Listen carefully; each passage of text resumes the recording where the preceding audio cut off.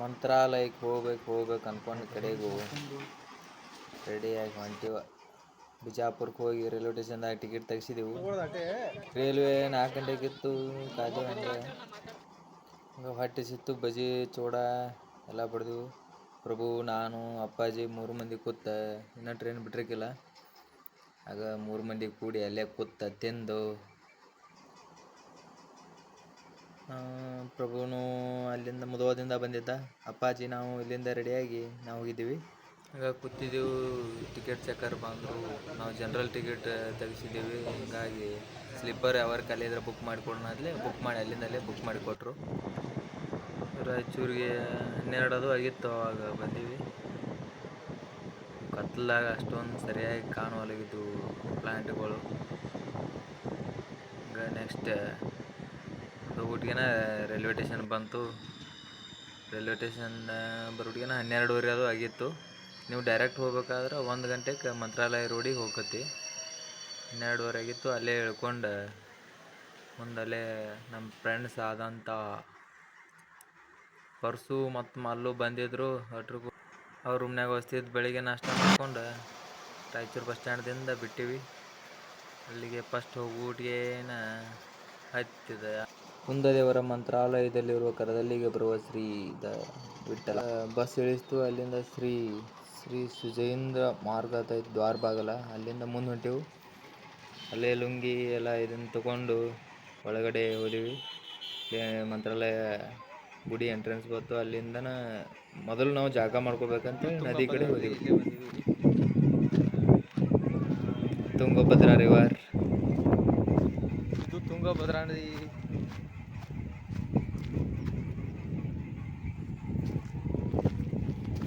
ನೀರು ಕಡಿಮೆ ಐತಿ, ಇನ್ನೂ ಮಳೆ ಆಗಿಲ್ಲ. ಅದಕ್ಕೆ ನೀರಿರಲಿ. ಎಲ್ಲರೂ ಜಳಕ ಮಾಡಿಕೊಂಡು ಆಮೇಲೆ ರಾಘವೇಂದ್ರ ದರ್ಶನಕ್ಕೆ ಹೋಗ್ತಾರೆ. ಇಲ್ಲಿದೆ ನೋಡಿ.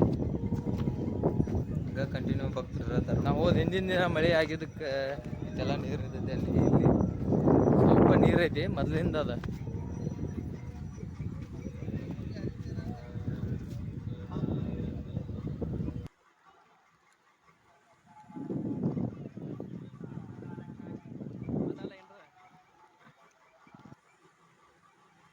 ಜಳಕ ಮಾಡ್ಕೊಂಡು ಅಲ್ಲೇ ರೆಡಿಯಾಗಿ ದೇವ್ರ ದರ್ಶನಕ್ಕೆ ಹೊಂಟೆವು. ಅಷ್ಟು ಕೂಡಿಸಿ ಅಲ್ಲಿ ಅಂಗಿ ಅದು ಹಾಕೊಂಡು ಹೋಗಂಗಿಲ್ಲ. ಅದ್ರ ಸಲುವಾಗಿ ಬನ್ನೇನು ಲುಂಗಿ ಉಟ್ಕೊಂಡು ಹೊಂಟೀವಿ. ಅಲ್ಲೇ ಐತೆ ನೋಡಿ, ಅದೇ ಕಾಣೋದಿದೆ. ಅಲ್ಲಿ ದೇವ್ರಿಗೆ ಹೋಗ್ಬೇಕು. ಏನೋ ಇಲ್ಲಿ ಬೋಟ್ ಕಾಣತ್ತಲ್ಲ, ಒಂದು ಸುಯ್ಯ ಸುತ್ತಿಸ್ಕೊಂಡು ಬಂದು ಹೋಗಿತಾರೆ. ಇಲ್ಲ ಹುಡುಗ ಕರ್ಕೊಂಡು ಹೊಂಟು ಡ್ಯಾಮ ಹಚ್ತೇವೆ ಅನ್ನಕತ್ತ. ಮಕ ಬೇರೆ ಎಲ್ಲ ಬೆಳೆದಿತ್ತು. ಅದಕ್ಕೆ ಅಲ್ಲಿ ಮುಂದೆ ಹಚ್ಚಾಗಿ ನಡಿಪ ಅಂಥೇಳಿ ಕರ್ಕೊಂಡು ನಡೆದೆವು ಅವನ. ಇಲ್ಲಿ ನೀರೆಲ್ಲ ಹೊಲಸಿದ್ದು. ಹಿಂಗಾಗಿ ಕಡೆ ಮುಂದೆ ಹೋಗಿ ಮಗ ಅದು ತೊಳ್ಕೊಂಡು ಹಚ್ಕೊಂಡೀವಿ ನ್ಯಾಮ. ಅವ್ರು ಕರ್ಕೊಂಡು ಹೊಂಟ ನೋಡ್ದೆ.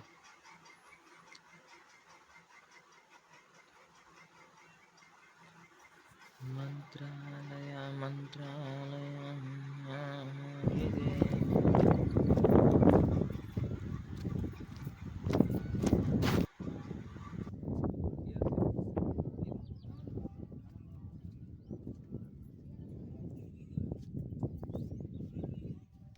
ಅಸ್ತಿ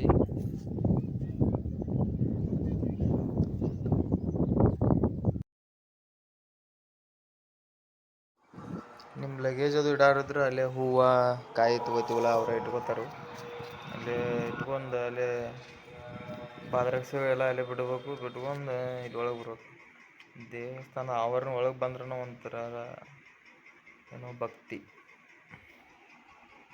ಪೂರ್ತಿ ಶಾಂತ ಐತಿ. ಎಲ್ಲ ಪೂರ್ತಿ ಸುತ್ತಮುತ್ತೆಲ್ಲ ಮೂರ್ತಿಗಳು, ದೇವ್ರದ್ದು ಇತಿಹಾಸ ಎಲ್ಲ ಬರ್ದಾರಲ್ಲಿ.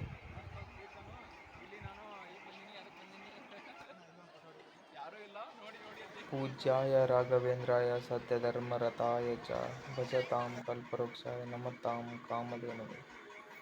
ರಾಘವೇಂದ್ರರು ಹೇಳಿದಂತೆ ಮೊದಲು ಮಚ್ಚಾಲಮ್ಮನ ದರ್ಶನ ಮಾಡ್ಕೊಂಡು ಆಮೇಲೆ ನನ್ನ ದರ್ಶನಕ್ಕೆ ಬಂದರೆ ಭಕ್ತಿಗೆ ಪಾತ್ರರಾಗ್ತೀರ ಅಂತ ಹೇಳಿ, ಅದರ ಸಲುವಾಗಿ ಮೊದಲು ಮಂಚಾಲಮ್ಮನ ದರ್ಶನಕ್ಕೆ ಇಲ್ಲೇ ಸೈಡ್ ಮೊದಲು ಮಂಚಾಲಮ್ಮ ದರ್ಶನಕ್ಕೆ ಒಳಗಡೆ ಹೋಗ್ಬೇಕು. ಇಲ್ಲಿ ಫೋಟೋ ಅಲೌ ಇಲ್ಲ, ಆದರೂ ಹೊಡೆದೇವಿ. ಇದೇ ಮಂಚಾಲಮ್ಮ ದೇವರು. ಮಂಚಾಲಮ್ಮ ದೇವ್ರ ಮುಗಿಸ್ಕೊಂಡು ಆಮೇಲೆ ಈ ರಾಯರ ದರ್ಶನಕ್ಕೆ ಆಮೇಲೆ ಹೋಗ್ಬೋದು. ಒಳಗಡೆ ಹೋಗೋಟಿಗೇನ ಇಲ್ಲಿ ದ್ವಾರ ಬಾಗಿಲು ಐತೆ ನೋಡಿ, ಇಲ್ಲಿಂದನೇ ಒಳಗೆ ಹೋಗ್ಬೇಕು.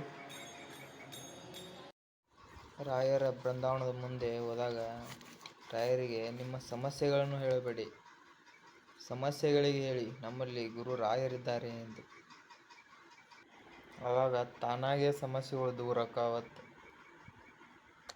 ಇಂಥ ಮಾತು. ರಾಯರ ಬೃಂದಾವನ ದರ್ಶನ ಮುಗಿಸ್ಕೊಂಡು ಈ ಸ್ವಯಂ ಸೇವೆಗೆ ಅಂದ್ರೆ ಇಲ್ಲಿ ಪ್ರಸಾದ ಕೊಡ್ತಾರಲ್ಲ, ಅದನ್ನು ಕಟ್ಟಾಕ ಕರಿತಾರಲ್ಲಿ 3 ಮಂದಿ ಕೂಡಿ ಹೋಗಿದ್ದೆವು. ಪರಿಸರ ಸ್ನೇಹಿ ಪ್ಲಾಸ್ಟಿಕ್ ಬಳಸಿ ಅದರೊಳಗೆ ಪ್ರಸಾದ ಹಾಕಿ ಪ್ಯಾಕ್ ಮಾಡಿ ಇಡೋದು. ಇದನ್ನು ಬಂದ ಭಕ್ತರಿಗೆಲ್ಲ ಕೊಡುವುದೈತಿ. ಅದನ್ನು ಒಂದು ಡ್ಯಾಬಿತ್ತು 3 ಮಂದಿ ಕುಡಿಸಿ. ನೆಕ್ಸ್ಟ್ ನಮಗೂ ಹಸುವಾಗಿತ್ತು, ಪ್ರಸಾದಕ್ಕತ್ತ ಹೋದೆವು. ಏನು ಜನ ಸಾಗರ, ಒಂದು 2-3 ಸಾವಿರ ಜನ ಹಿಡಿದೈತಿ ನೋಡಿ, ಅಷ್ಟು ದೊಡ್ಡದು ಊಟದ ಐತಿ.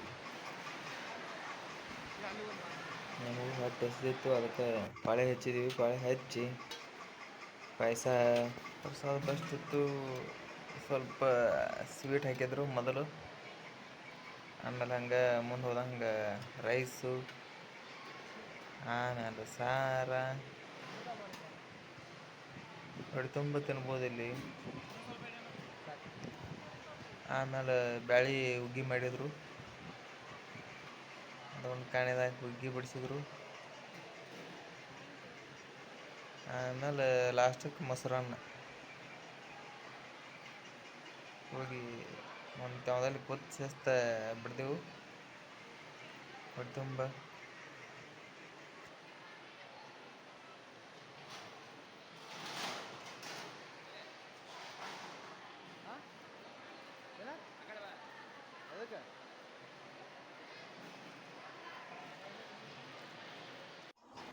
ಊಟ ಆದ್ಮೇಲೆ ಹೊರಗಡೆ ಹೋಗಿ ಆಟೋ ರೆಡಿ ಇದ್ದು, ಒಬ್ಬರಿಗೆ 150 ರೂಪಾಯಿ ಆಟೋ. ಇಲ್ಲೇ ಮೇನ್ಗೆ ಇದೈತಿಲ್ಲ, ಅಲ್ಲೇ ನಿಂತಿರ್ತಾವೆ. ಅಲ್ಲಿಂದನೇ 155 ರೂಪಾಯಿ ಒಬ್ಬೊಬ್ಬರಿಗೆ. ಇಲ್ಲಿಂದ ಬಿಟ್ರೆ ಅವು 5 ಸ್ಥಳಗಳು ಅದಾವಲ್ಲ, ಇಲ್ಲಿ ಮಂತ್ರಾಲಯಕ್ಕೆ ಸಂಬಂಧಪಟ್ಟಿದ್ದು 5 ಸ್ಥಳಗಳೆಲ್ಲ ಹೋಗಿ ಬರ್ಬೋದು. 3 ಮಂದಿ ಹತ್ತಿದ್ದೆವು, ಶೇರ್ ಆಟೋ ಇವೆಲ್ಲ. ಮೊದಲು ಒಂದು ದ್ವಾರ ಬಾಗಿಲು ಹತ್ತಿತ್ತಲ್ಲ, ಅಲ್ಲೇ ಐತಿದು. ಇದು ಅಭಯ ಆಂಜನೇಯ ದೇವಸ್ಥಾನ. ಒಂದು 5 ಕಿಲೋಮೀಟ್ರ್ ಆಕೈತಿ ಇದು. ಇದು ಇತ್ತೀಚೆಗೆ ಮಾಡಲಾಗಿದೆ, ಮೊದಲಿಂದನೇ ಅಲ್ಲ. ಇದು ನೋಡ್ಕೊಂಡು ಮತ್ತೆ ನೆಕ್ಸ್ಟ್ ಅಪ್ಪಣ್ಣ ಆಚಾರ್ಯರ ಮನೆ. ಇದು ಗುರುರಾಯರ ಇಲ್ಲೇ ಇರ್ತಿದ್ರು ಅಂತ. ಗುರುರಾಯರ ಎಲ್ಲ ಫೋಟೋಗಳ ಎಲ್ಲ ಇಲ್ಲಿ ಹಾಕಿದ್ದಾರೆ. ಮೊದಲು ರಾಯರು ಇದೇ ಮನೆಯಾಗ, ಅಪ್ಪನಾಚಾರ್ಯ ಅವ್ರ ಮನೆಯಾಗ ಇಲ್ಲೇ ಇದ್ದರು. ಮನೆ ಒಳಗಡೆ ಎಲ್ಲ ಫೋಟೋ ಹಾಕಿದ್ದಾರೆ.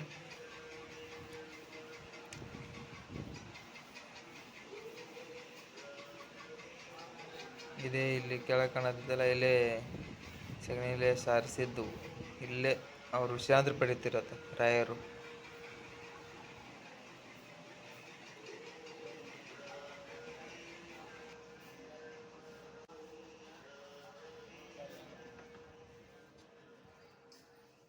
ಹಂಗ ಒಳಗಡೆ ಇಲ್ಲಿ ನಾಗಪ್ಪನ ದರ್ಶನ ಮಾಡ್ಕೊಂಡು ಹೋಗ್ಬೇಕು.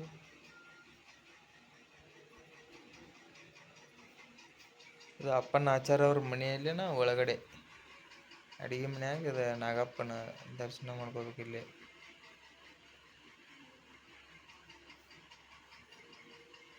ಇಲ್ಲೇ ಗಿಡ ಐತ್ಲೆ, ಐತೆ ಗಿಡ ಕಟ್ ಮಾಡಿಲ್ಲ ಅವ್ರು, ಹಂಗೆ ಐತದು. ಹಂಗೆ ಮ್ಯಾಲೆ ಹೋಗೈತಿ.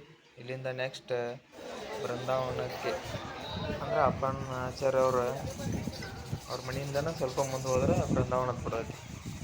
ಅವರ ಇದೇ ಸ್ಥಳದಲ್ಲಿ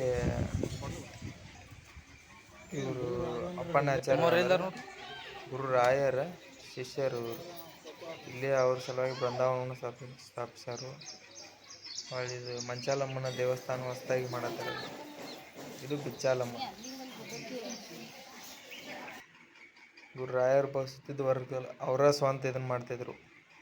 ಅಲ್ಲಿಂದ ನೆಕ್ಸ್ಟ್ ಇದು ಭದ್ರಾ ನದಿ ಬ್ರಿಡ್ಜ್ ದಾಟಿ ನೆಕ್ಸ್ಟ್ ಮುಂದೆ ಹೋದ್ರೆ ಇದು ಪಂಚಮುಖಿ ಆಂಜನೇಯ ದೇವಸ್ಥಾನ ಬರ್ತೈತಿ. ಇದೊಂದು 20 ಕಿಲೋಮೀಟ್ರ್ ಐತಿ. ಇದರಲ್ಲಿ ಅಲ್ಲಿ ಹಿಂಗೆ ಮೆಟ್ಲ ಆಯ್ತು ಹೋದ್ರೆ ಮುಂದೆ ಹೋದ್ರೆ ಅಲ್ಲಿ ಆಂಜನೇಯ ಬಂದು ಇಳಿದಿದ್ದು ಪಾದಗಳು ಮೂಡಿದಾವತ್ತಲ್ಲಿ.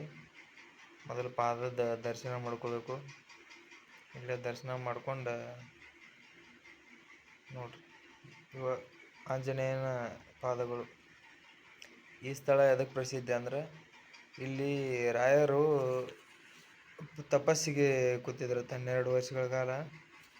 ಇಲ್ಲಿ ತಪಸ್ಸಿಗೆ ಕೂತಾಗನ ಆಂಜನೇಯ ಇದೇ ದೇವಸ್ಥಾನದಲ್ಲಿ ರಾಯರು 12 ವರ್ಷ ತಪಸ್ಸು ಕೂತಾಗ ಆಂಜನೇಯ ಪಂಚಮುಖಿ ಅಂದ್ರೆ 5 ಮುಖದಲ್ಲಿ ದರ್ಶನ ಕೊಡಾದ್ಲೆ ಇಲ್ಲಿಗೆ ಪಂಚಮುಖಿ ಆಂಜನೇಯ ಅಂತೇಳಿ ಅಂತಾರೆ. ಈ ಗುಹೆದಾಗ ಪಂಚಮುಖಿ 5 ಮುಖಗಳು ಆಂಜನೇಯ ಐತಿ ಇಲ್ಲಿ.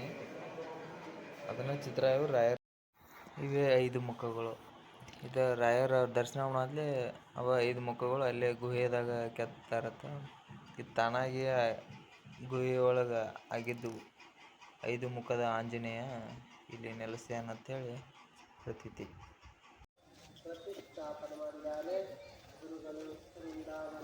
ಇಲ್ಲೇ ಹೊರಗೆ ಬರಾಂತಲೇ ಆಂಜನೇಯನ ದಿಂಬು, ತಲೆ ಹಾಸಿಗೆ ದಿಂಬು ಐತಿ.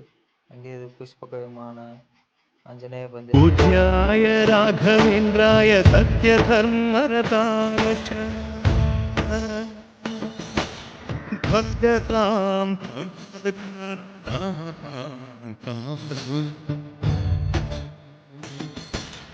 ಧರ್ಮದ ದೀಪ ಹಚ್ಚುವ, ಶಾಂತಿಯ ಬೆಳಕ ಚೆಲ್ಲುವ, ಜ್ಞಾನದ